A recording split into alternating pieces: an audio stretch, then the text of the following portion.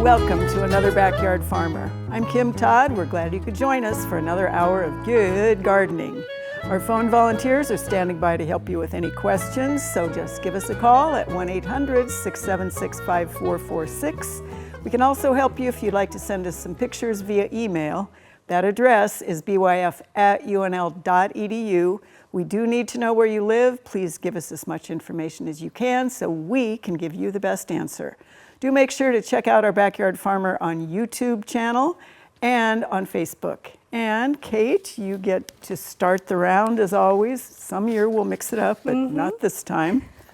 You have one picture on the first one, and this comes to us from Big Springs, and the gardening friends just want to know what these are. And I think that picture is, there we go. There it is. There we go. What is that? So these are Checkerspot butterfly caterpillars, and so we consider them friends because they're going to turn into pretty butterflies, do some pollination. So if the gardener friends don't mind sacrificing a few leaves, it'd be great to keep these around. How long does it take from that stage to the pretty butterfly stage? It'll take about 3 to 4 weeks. Oh, not long. Not long. Not long. Yeah. All right. 2 pictures on the next one, Kate. This viewer has a small bur oak, and it's got these wonky little things. He thought maybe it was fasciation. It's a good guess.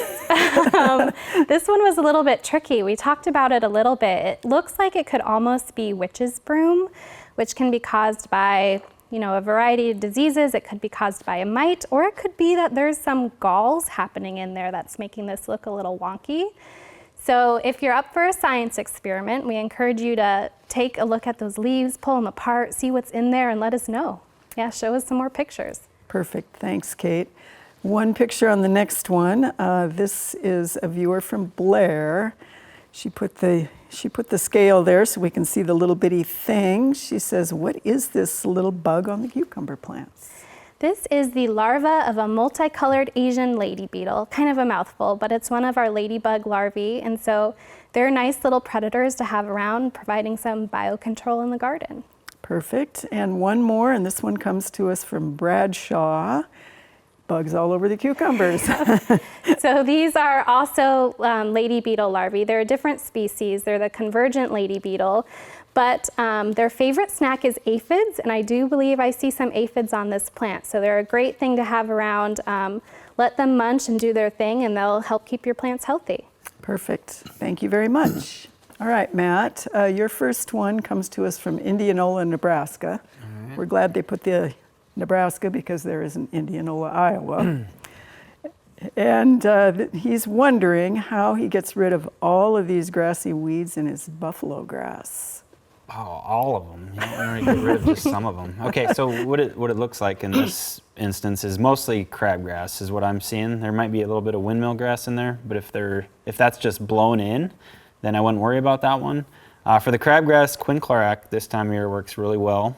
Make sure that you're putting it with a methylated seed oil, and that way it works well. You don't want to do it when the temperatures are really high, so you're not going to burn the buffalo grass when you're adding that methylated seed oil. So if you wait till after this weekend when it cools off a little bit, try and hit it then, and you'll take care of the crabgrass.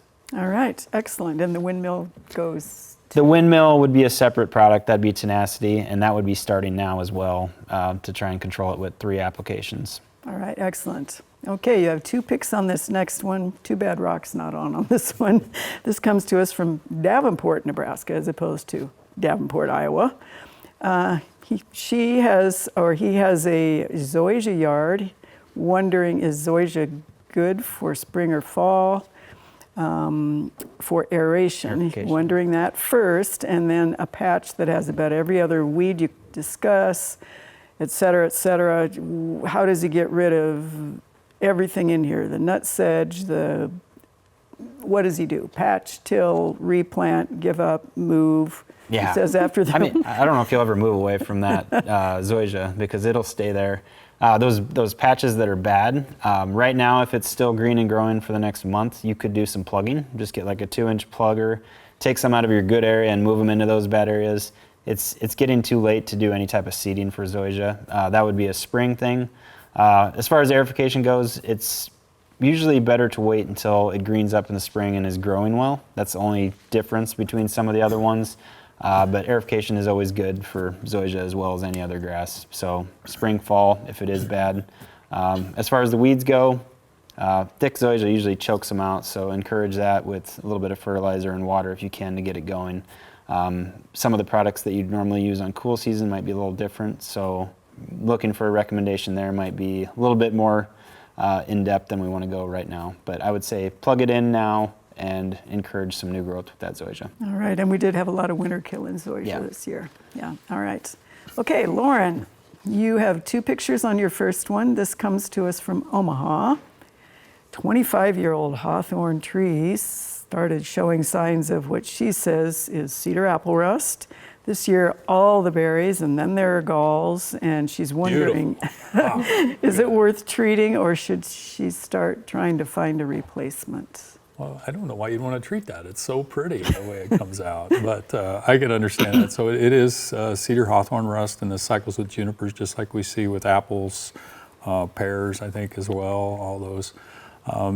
You could treat, if you're going to replace, though, I would just make sure you get something that's resistant.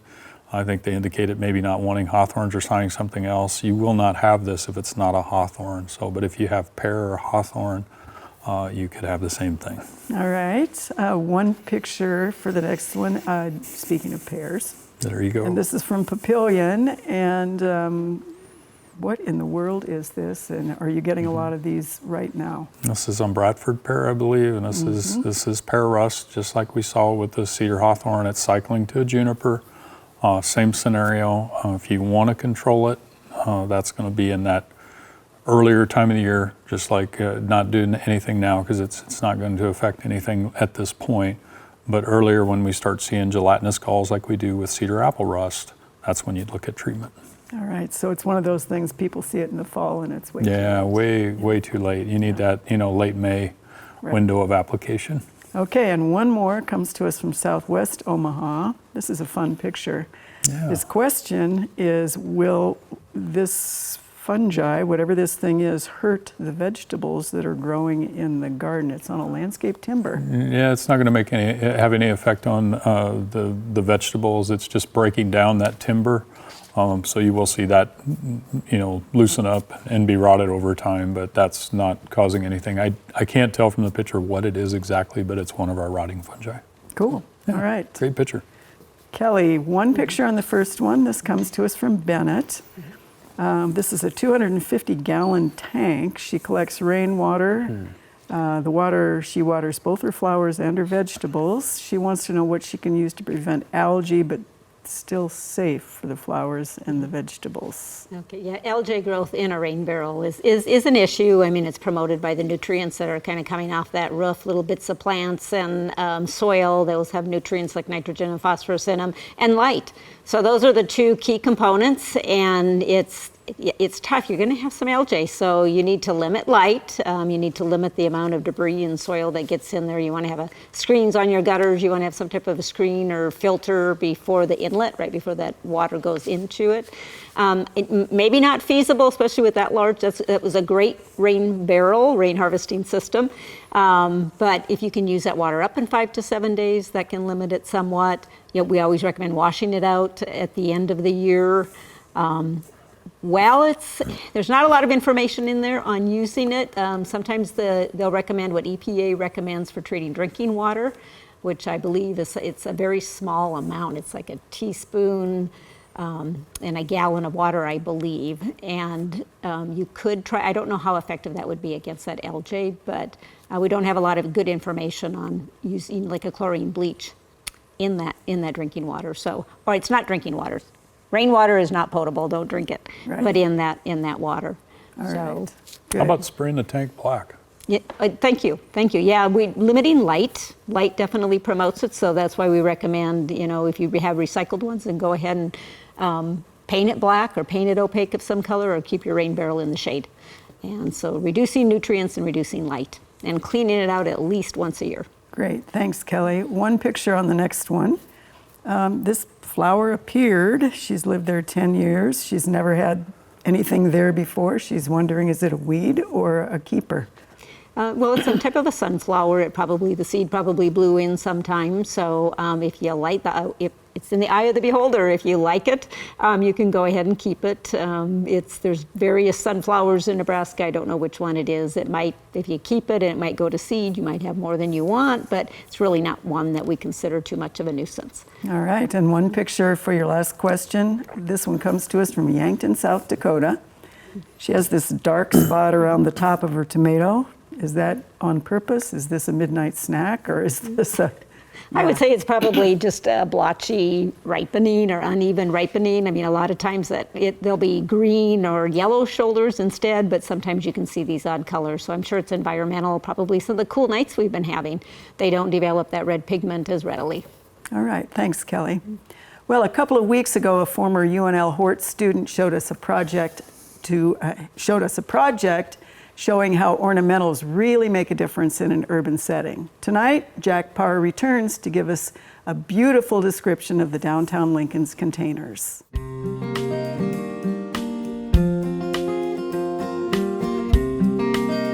So these containers, these raised planters that we're seeing here, there's over 400 downtown that are planted every year annually. We get our plants from Countryside Greenhouses in Beatrice, Nebraska.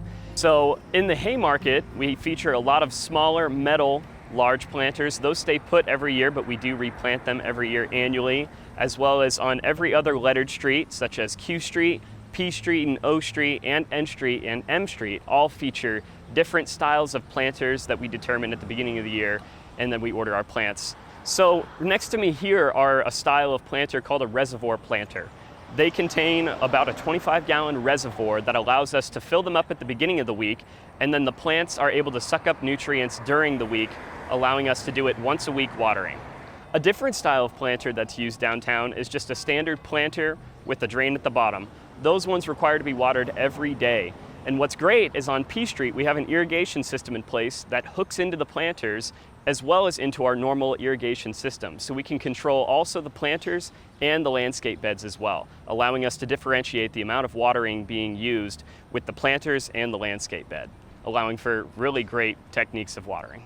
So each year, sometime usually at around August or so, we sit down with our nursery and kind of go over what worked last year, in the previous year, what has worked in years prior, and we kind of make our decision on what is going to be our next year's decisions for each planters. A lot of times we stick with what we know works good, petunias, cannas, sweet potato vine, but sometimes if we want to change it up with a specific type of grass to use as a centerpiece, that's when they'll make those decisions right then and there.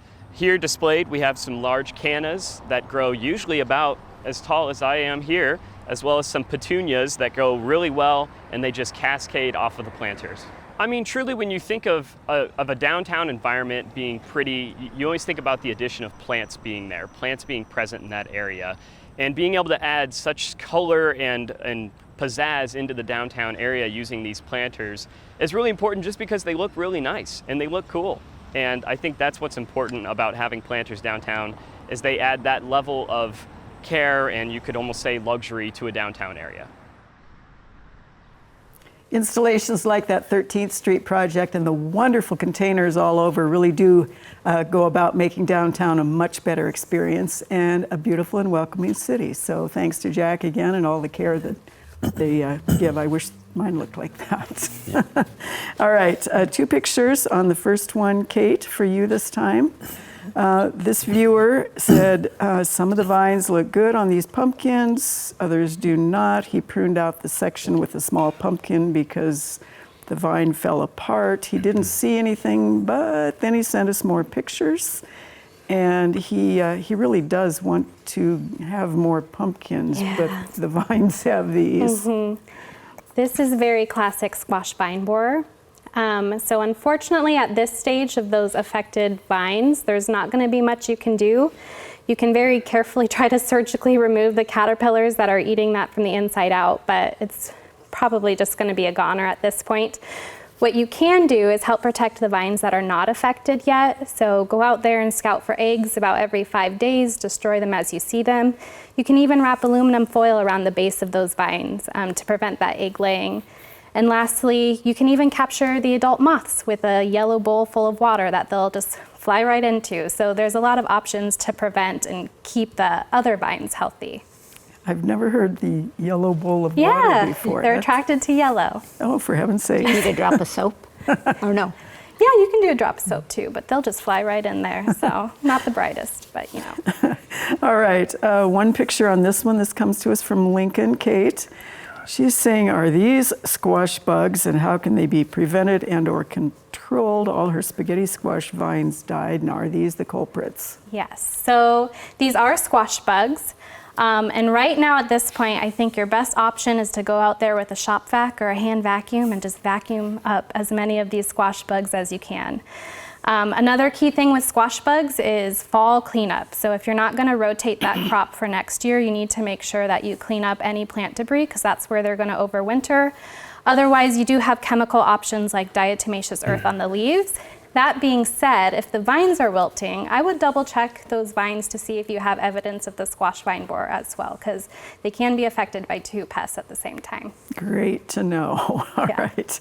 One picture, Kate, on this one. He is wondering about these little guys in his blossoms here, and are these corn rootworm beetles? They are. So they're northern corn rootworm beetles, and they do tend to attack flowers. That being said, there's not a whole lot of options because we don't want to use pesticides in order to protect pollinators that are going to be visiting. One thing you can do is to hand pick them as much as possible or bat them into soapy water. It's going to be a little tedious, but that's going to be the best option. All right. Thanks, Kate. Let's see, Matt. You have 3 pictures on this first one. This is a Lincoln viewer. They're on kind of a nice acreage with trees and brome, actually. They like the brome, but this weed came in very fast and it's very dense, and they want to know what it is and how do they kill it without killing the brome. Yeah, I mean, to me, it looks like it's a sweet clover, and if it's growing underneath the trees like that, it's going to really elongate fast. So it might have been one plant last year. It might have had yellow flowers on it, if that's what it is. I tried to get as close as I could to it, but it looks like it's not doing well in that shaded area. It's got some mildew on, or probably white mold or something on it. But in that area with the smooth brome, you could just go with a 2,4-D this time of year, and that would help control any type of clover that's growing as well. So any broadleaf as opposed to? Yep, and All right. it won't harm the brome. All right, excellent. 2 pictures on the next one. He's wondering, this is Lyons, Nebraska, what kind of grass is coming into the lawn? It's clumpy. They're pulling it and then putting Kentucky bluegrass seed down. It's lots of work. Is there a better way? I don't know. I have the same issue with this one. It's just K31 tall fescue, or just kind of clumping out into that bluegrass and doing very well because it has a deep root system and it can just compete. So if you let that one grow up taller than the bluegrass, what I like to do is just wipe it with glyphosate, or you can spray it, but you're going to end up with a big dead spot either way. It's a little safer to wipe, and then let it die. Sometimes it doesn't, so you have to come back and wipe it again, and then let that bluegrass encroach in, and it should eventually go away. All right. 2 pictures on the next one, Matt. This is an Omaha viewer.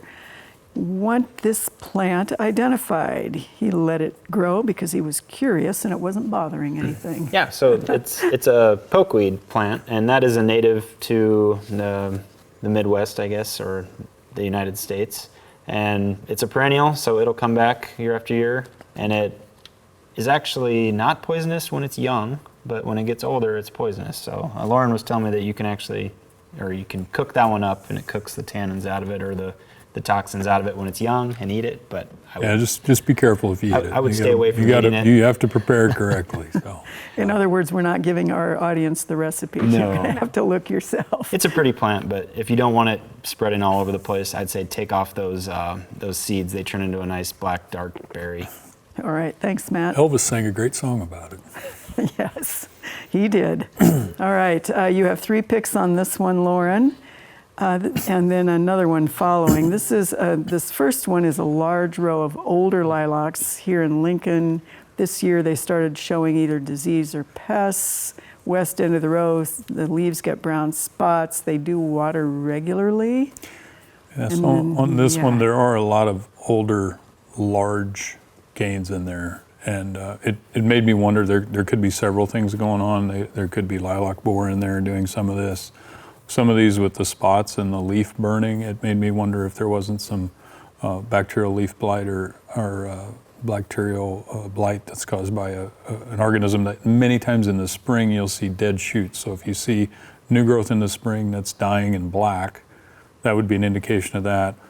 Regardless, I think they need to, regenerate the planting, remove some of those larger plantings and get out and look for borer spots in there to see that. There could also even be scale. There could be so many things in an older planting like that. So just to regenerate it and try to remove some of those larger branches.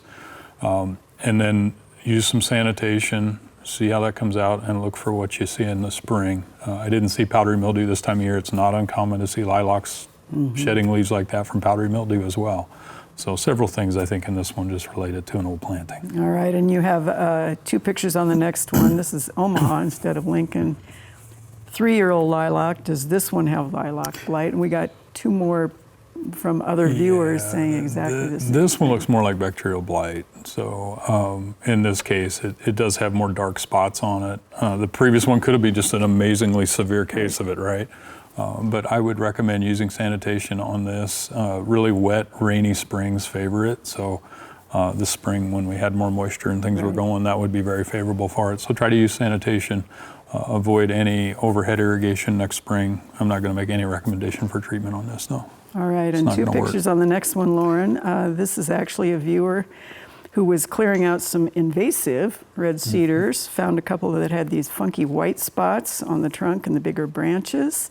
He's wondering, is it a fungus or is it dried sap? And he doesn't know. I was looking at it. I think it's just dried sap on this, or pitch, just resin from the tree and sap that's coming out. So nothing to worry about.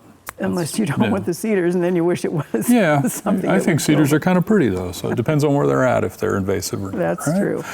All right, thanks, Lauren. Kelly, you have 2 pictures on the first one here. This was a storm-damaged tree. The first one shows, from a distance what came off, and the second one, I think, is the close-up of the wound. And his question is anything preventative to minimize insect activity, and then you have a couple following that are a different viewer with a different cut. So Right. So this is, unfortunately, so much tree damage from storms this year. And this one, the storm didn't know where to make the correct pruning cut.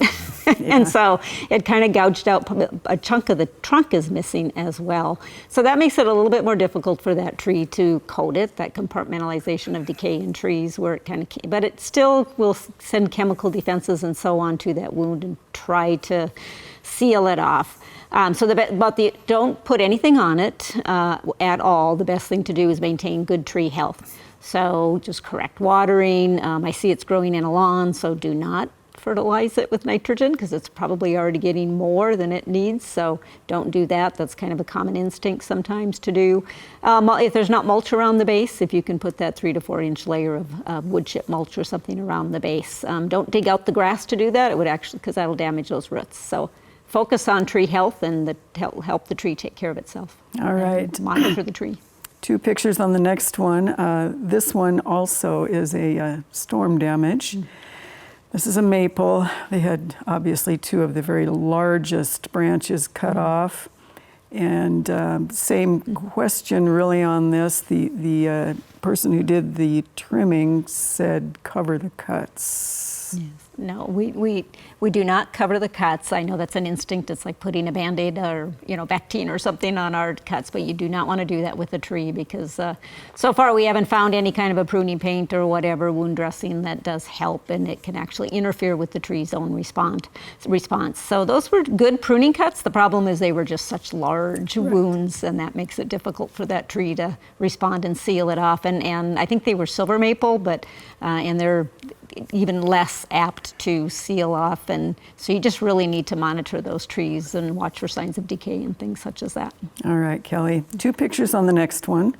This comes to us from Beatrice, and he noticed this plant kind of around Beatrice. He thinks it looks kind of nice, and he's wondering what it is and what we can tell him about it. Yeah, this is it. It is a very pretty flower. This is common chicory. And this is an introduced plant. It's introduced from Europe and Asia, so it's not one of our native wildflowers, but it is a naturalized perennial.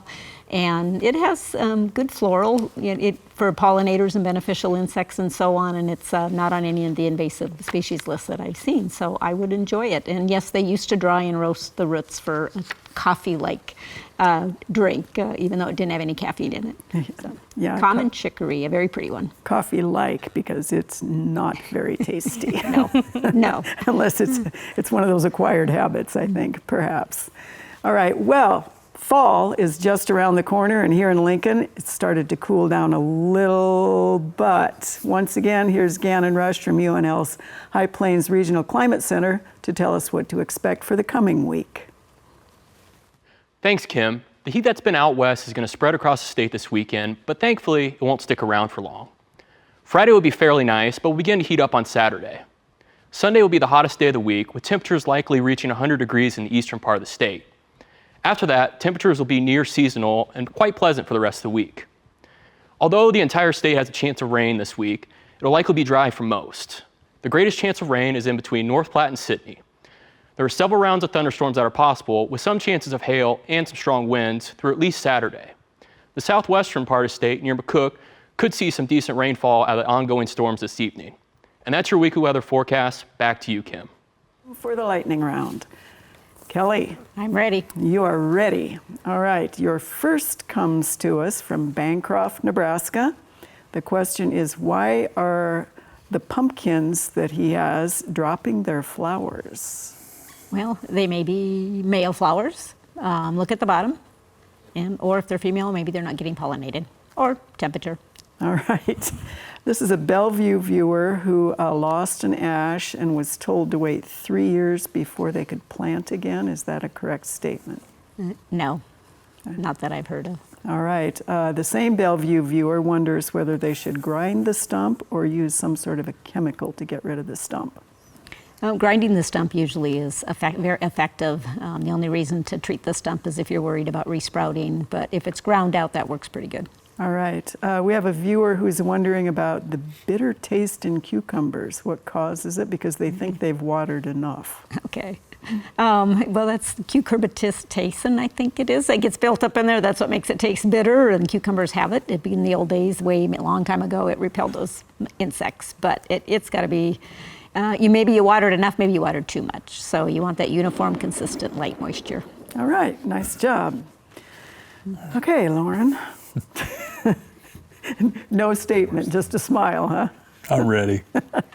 All right. This is a viewer who says the top leaves of their tomato plants in their containers are looking sort of checkered, and they're wondering, is that a blight? We talk about early blight and other things with that. If it's on the top leaves, probably not. It may be if it's in containers, they may not have enough nutrients or moisture or just heat.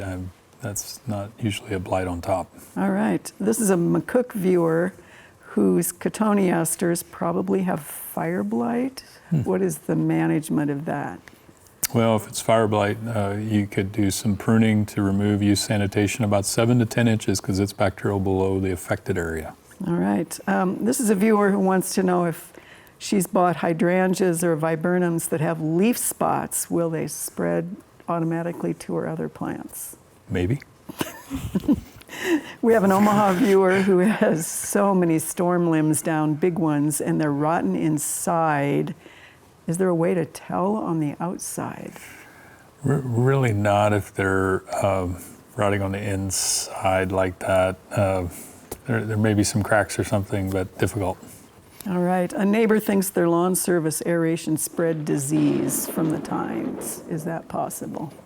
It is, but I would not want to say they're liable for it. I mean, it's so hard. There could be other ways the disease came to your yard. So soil movement is a way to move our fungal pathogens, but many of your yards already have these organisms in them. So I would not go after the lawn care provider. That was heat lightning. Okay. Long and low. Yeah, nice and slow. Now, the other thing is, one thing just to clarify, the maybe answer, it may not spread. It's just really up in the air. Sanitation early on, if you just have a few spots, really critical as you're getting established. All right. Matt, you ready? Yeah.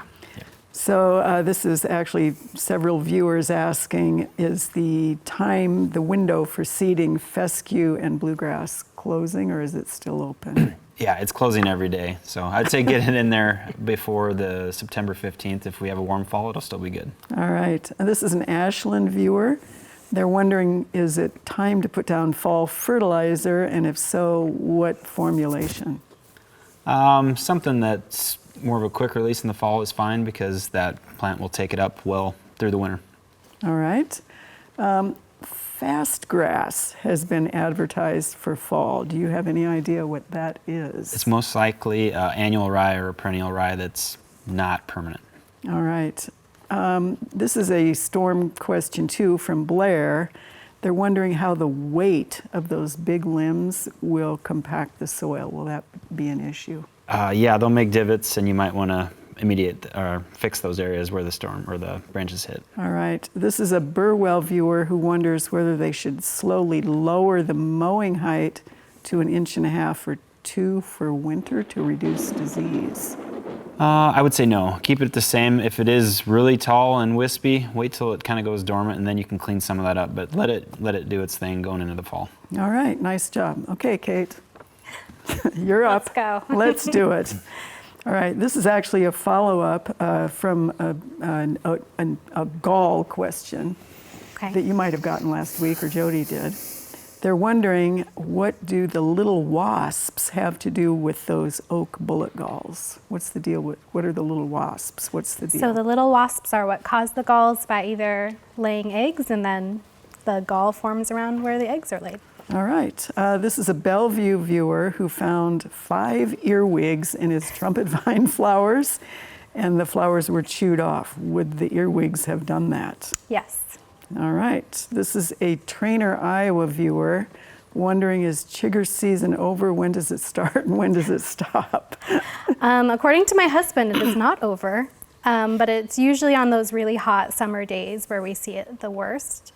So it starts in the summer and it's going to end until temperatures cool off. All right. This is a viewer who had dozens of seed ticks on their body last weekend. Do they spread disease? They could potentially, yes. All right. This is a Weston viewer, trapped Japanese beetles, but they're not seeing very many right now. Should he go ahead and take the trap down? We don't recommend using the traps at all, so yes, take it down.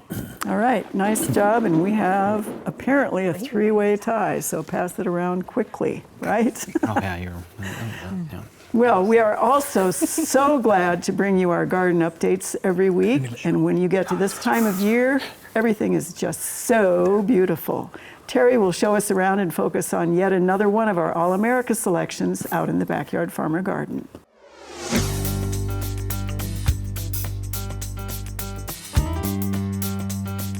This week in the Backyard Farmer Garden, I want to remind you that we are taking produce again still on Tuesday nights from 4:30 to 7. So if you have any extra cucumbers, zucchinis, tomatoes, whatever, feel free to drop them off and we'll take them to the local food bank. But I want to look at another All-America Selection winner for 2024, and this is a bell pepper. It's called Red Impact. It's doing pretty well in the garden. It is standing up straight by itself. We don't have any cages around it to hold it up, so it's looking really well. This is a red pepper, obviously by the name. It is a little thicker walled pepper. It's supposed to be really sweet, even if it's green, so you don't necessarily have to wait for it to turn red in order to eat it and have that really sweet taste for that pepper. They're staying pretty tidy, and according to all the judges, it's pretty disease resistant. So it's looking really good in our Backyard Farmer Garden. So try it next year.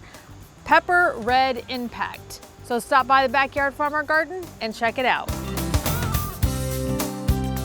If you're interested in that pepper that Terry discussed, here's the QR code for you to scan on the screen right now.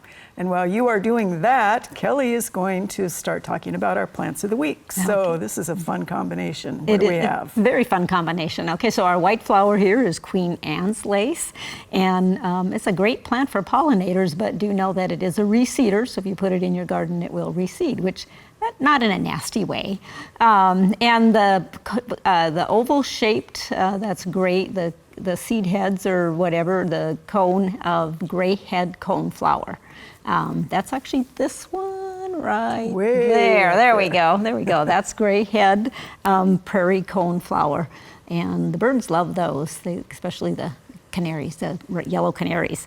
And what looks more like a pod, I'll kind of shake it down here. Okay, there's two of them. There's kind of this oval shaped one, and then there's one that looks a little bit more round over here. And both of those are the seed pods of Baptisia, our native Baptisias. I've never actually seen the rounder one. So, and that's another one of our native flowers that blooms in spring. It's a great one. Right, wonderful, really. I love seed heads this time of year. I think that's really adds to any sort of a landscape. Right. So. And they have great interest for these cut flower arrangements as well. Absolutely. All right. Excellent. Thanks, Kelly, for giving us that. So we have announcements, of course, of things that are going on in the garden, or in the gardening world, I should say. First, we have the Backyard Farmer Grow a Row still going on, those donations, Tuesdays 4:30 to 7 p.m. in the Backyard Farmer Garden. Our second one is we are going to the fair. That will be Monday, the 26th, Q&A 4:15. Taping at 5 in the Raising Nebraska building. We want you all there after you eat your corn dog. And then we have a really fun thing, if you like them, it is the Snakes of Nebraska, Saturday, August 24th and Sunday, August 25th, 10 to 4:30 at Schramm Education Center. And our own Dennis Ferraro, of course, will be up close and personal with the snakes. And poor Lauren is already sitting over here saying, oh. I will not be there. I'm sorry. Snakes are not your deal, are they? I will not be there. All right, excellent. So we have questions again. Kate, here's your very first one. Yes, we know this is not an insect, but we had two viewers who sent us pictures of these things. This one comes to us from Douglas County. She said she found tens of thousands of these in their 35-foot waterfall. They move around. They're the size of a pencil eraser. They're not zebra mussels. What are they? They are, and how do they get rid of them? So I'm not a mollusk person, but I did look into it a little bit more. You could physically remove them. It seems like you're trying at least, but you can also do copper sulfate in the water. It's the same thing you would use to treat for algae. Just be sure to follow those labeled directions. And then my other recommendation would be, even though it's not zebra mussels, I would still reach out to the Nebraska Department of Ag or reach out to the Invasive Species Council just to rule out any invasive species, because there are some snails on the watch list. So reach out to them and either say it is or it isn't. Great. Good suggestion there. All right, two pictures on the next one. This is a Holdridge viewer. He said he's had a pear tree for many years. This year they got a little hail damage. They get some sort of insect damage, and then they start to decay inside.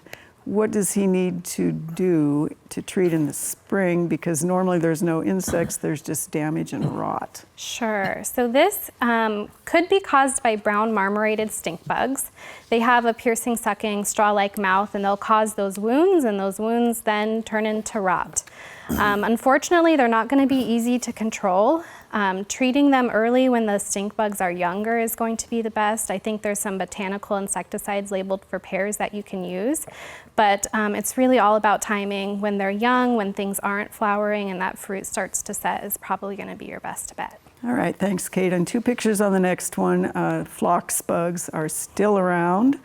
She has been using something with imidacloprid in it. She's pinch killed. Any thoughts here? I would cut this one down. It's pretty rough. It's got a lot of damage from the bugs. Imidacloprid is a systemic, and so those aren't always effective against our piercing, sucking insects. So you can look for products like insecticidal soap, horticulture oil, something that contains permethrin. You just want to make sure that you get those leaves coated top and bottom. And then lastly, just like the squash bugs, these guys overwinter in leaf litter and the dead stems of the phlox, so you want to do some garden cleanup to keep those plants pest-free next year. All right, thanks, Kate. 2 for your first one here, Matt. This comes to us from Mead. He has a RTF lawn, underground sprinklers, and then he's got brown spots showing up 3 to 6 at a time in the sun and the shade. They seem to migrate. Doesn't separate. He doesn't think it's grubs. Any thoughts here? Yeah, I don't know exactly what it is either, but it could be a combination of things. There's some big trees in the area as well, so if those roots are close to the top of the soil, they could be wicking moisture from those spots, and they just kind of, in the wind and the heat, they turn brown and they can't keep up with themselves. The other thing is it could be a disease as well, maybe a summer patch of some sort or something going on there. But if it's still green and growing underneath, I don't think there's any reason for treating if they go away. But it might be an ongoing issue, especially with all those trees in there. I don't know. Lauren, do you think there's any disease issues with this one? I really can't tell. This is something that they may want to actually get a sample and send that in, or send a picture of some of the leaf blades down in the canopy right at the edge of the dead areas if it is something that way. But it almost looks like they're just wilting and dying in those patches, Matt, so I think your moisture point is pretty valid. But yeah, the rest of the lawn looks great. It's just maybe like a localized dry spot that's kind of taken over and going away. All right, 2 on the next one. This comes to us from Bellevue. Notice this around the flower bed. It's got some red at the base, and he's wondering if we know what this is. So yeah, this is actually crabgrass, and I think it's smooth crabgrass, which is one that doesn't have the hairs on top and the bottom of the plant. So I have a couple samples here, just looking at 2 different kinds. The general one we have is large crabgrass, but there's also smooth crabgrass. So the difference is the large has tiny hairs, which is this greener lime green one. You can see them on the base of it. If I move my hand here, they're on that, and then they're also on the leaves as well. Kind of hard to see in this, but you can kind of see maybe little hairs on top and bottom. Whereas the smooth crabgrass, hence the name smooth, doesn't have all those hairs all over the leaves and the stems. It's mostly just some long hairs at the, where the leaf goes to the stem. There's a couple long ones there. So 2 different grasses, but we treat them the same way, and they're a problem in the landscape. So I wouldn't worry about it, but treat it like you would crabgrass. All right, 2 picks on the next one. This comes to us from Henderson. Several patches of this, which I think is probably, is it Nimblewell? I think it is Nimblewell, yeah. It seems like, just by looking at this picture from up above, it has those pointed leaves. Crabgrass would be the other one, but it doesn't look like it's as thick and dense as crabgrass is, so I would lean towards Nimblewell. And now we're right in that window of late summer to treat. If you do want to treat it and not kill your grass that's there, tenacity is one of the only products that works. 2 to 3 applications from here till fall, and that would be the one to take it out. All right, thanks.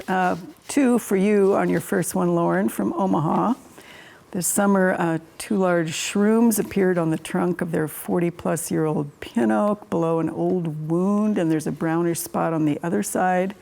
The tree appears to have less foliage, so I think your next picture, yep, there they are. So this is a really great picture because you can actually see the one wound site, you can see the dead tree inside, right? So that's what the fungus below is growing on. So most of our trees are dead in the center, but once we get that fruiting structure going, we know that it's pretty extensive, and it is, at this point, it does look like it's close to a house. I would be concerned about it potentially being a hazard tree. All right. So I would be cautious and maybe have that evaluated by an arborist and see if it shouldn't be removed. Okay. Not anything you're going to do about it, though. All right, 2 picks on the next one, and then I think you have another one right after that with 2, and these are both Omaha. They're both wondering, this is a red oak, leaf change on this one. He's wondering, is this oak wilt? This is an old tree.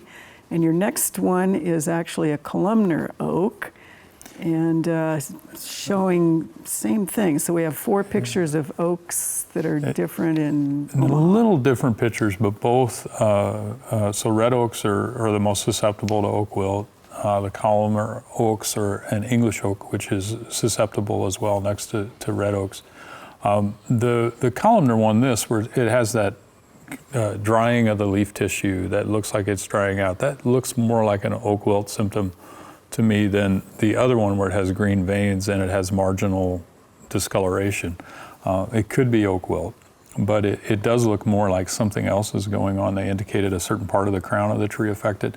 Many times we'll see that when we have a canker or something affecting a certain branch. So I would look at the tree carefully for the larger red oak.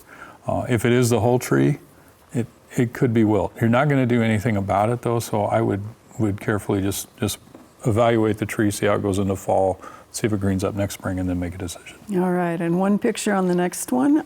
This is a Gretna viewer who found these shrooms growing in her mandevilla pot. They're the yellow things. How'd you get so lucky? You got something extra when you bought a plant.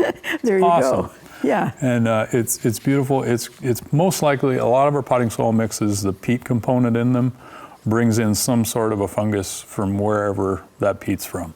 Right. That's what that is. I couldn't tell what it is from the picture above. I would just recommend removing it. It could be something that's poisonous if you have pets or kids, so I would just remove it. It's not going to hurt the plant unless it really gets to where it's forming a full mat in the pot. All right, good. Kelly, you have two pictures on the first one. This comes to us from Sumner.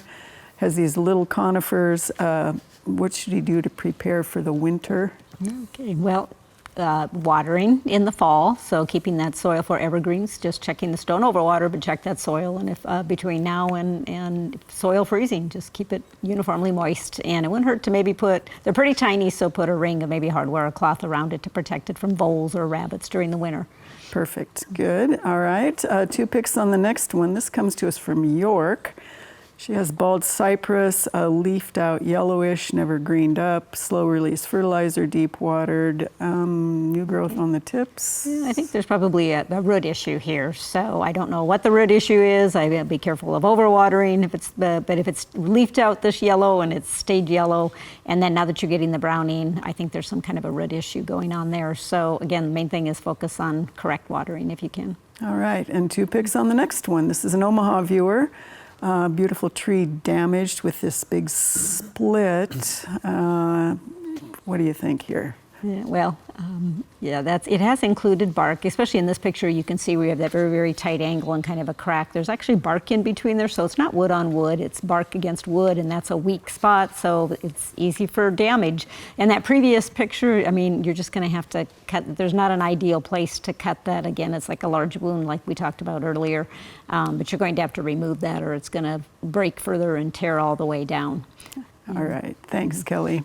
Well, you know, we get so many questions about turf weeds each year. We thought we'd take a minute to hear from Matt about why this is a great time of the season to control them. If you do it now, you won't have to worry about them quite so much in the spring.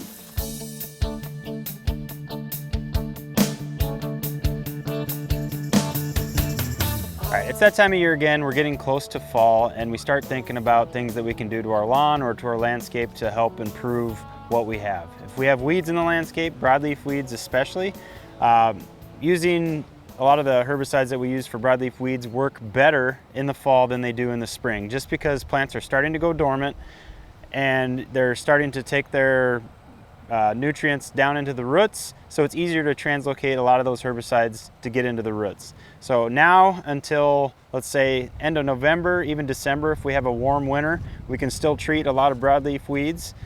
So that's the ideal time to control a lot of dandelions, clover, ground ivy. So a lot of those different ones we can control in the fall. Thinking about some of the winter annuals that might be coming, fall pre-emergent can work for those. So if we have an issue in the past, I would recommend maybe using a pre-emergent now or soon so we can cover a lot of those winter annuals and we can control them without having to do it next spring. So with that, I'd say, you know, get out there, scout your lawn. If you have broadleaves, spray a herbicide that's needed or that works well on those plants that you're trying to control. You know, as Matt said, you've got some time to get this done, and if you do take the time to do it now, your turf will be much better off come next spring. All right, Kate, one picture, Seward, what is this little guy? They were camped out on the Bluebeard. This is a two-spotted longhorn bee, and they like to hang on to plants with their mandibles as they're taking naps. I think that's what's going on in this picture. Perfect. One picture on this one. This is a small bee in the middle. What is that one? This is another one of the longhorn bees. You can tell just by the length of the antennae, but they're native, they're solitary, they're not aggressive, and just great pollinators to have around. All right. And your next picture is, what is this on the silver maple? These are maple bladder galls, and so a lot of times with galls, they're unsightly, but they don't affect the overall health of the plant. So I would just kind of let it see how it goes throughout the seasons. All right. Matt, you have 2 pics on the first one. Oh gosh, Creeping Charlie and Treating in the Fall. It's a beautiful lawn. I think we're just referring back to what you just said, right? So yeah, this one, yeah, treating in the fall, and if it is, I think he was mentioning it's encroaching into his from a neighboring. Right. I had an uncle with the same problem, so I kind of helped him decide what to do, and he ended up putting like a ground barrier in, or something like your edging, and that will help keep it out, because it's stolons that spread on top, so they'll climb through anything. But if you have a barrier that's probably at least 2 to 3 inches deep, that'll help. All right, and one picture on the next one. This is Weeping Water. He's wondering, in buttonweed, at what stage do they become weeds when they drop? Yeah, that's a good picture of the progression of the flower. So in 1 and 2, it's probably getting pollinated in 2, and then it closes up in 3. And at that point, at 3, if you cut it off, it's probably gonna have viable seed. Once that dries out, they split open, and then they fall out throughout the year when their wind's blowing them around or they fall down. So I would say at 2, you're good cutting it out or leaving it, but once it gets to 3, get rid of it. All right, 2 pictures on the first one for you, Lauren. This is Page County, Iowa. Great big row of peonies looking like this. Should they go ahead and cut them down now rather than waiting? I would wait until the foliage put all that energy back into the root system, and then remove that, and then mulch afterwards to cover that. All right. For sanitation. 3 pics on the next one. This comes to us from Marquette.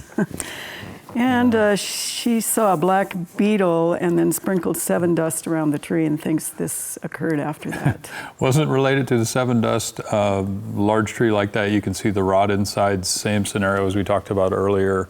Definitely has some issues. Could be a hazard tree. Be careful. That's a big Nothing old to do. tree that's way too close to the house. Yeah, Kelly, you with could have that. gotten these too and said, oh boy, cut these down, right? Mm-hmm. Yes. All right, beautiful, but Yeah. all right, Kelly, you have 1 picture here. This is actually her daughter in Kansas City wants a rhubarb plant, and she's got this one that's quite large.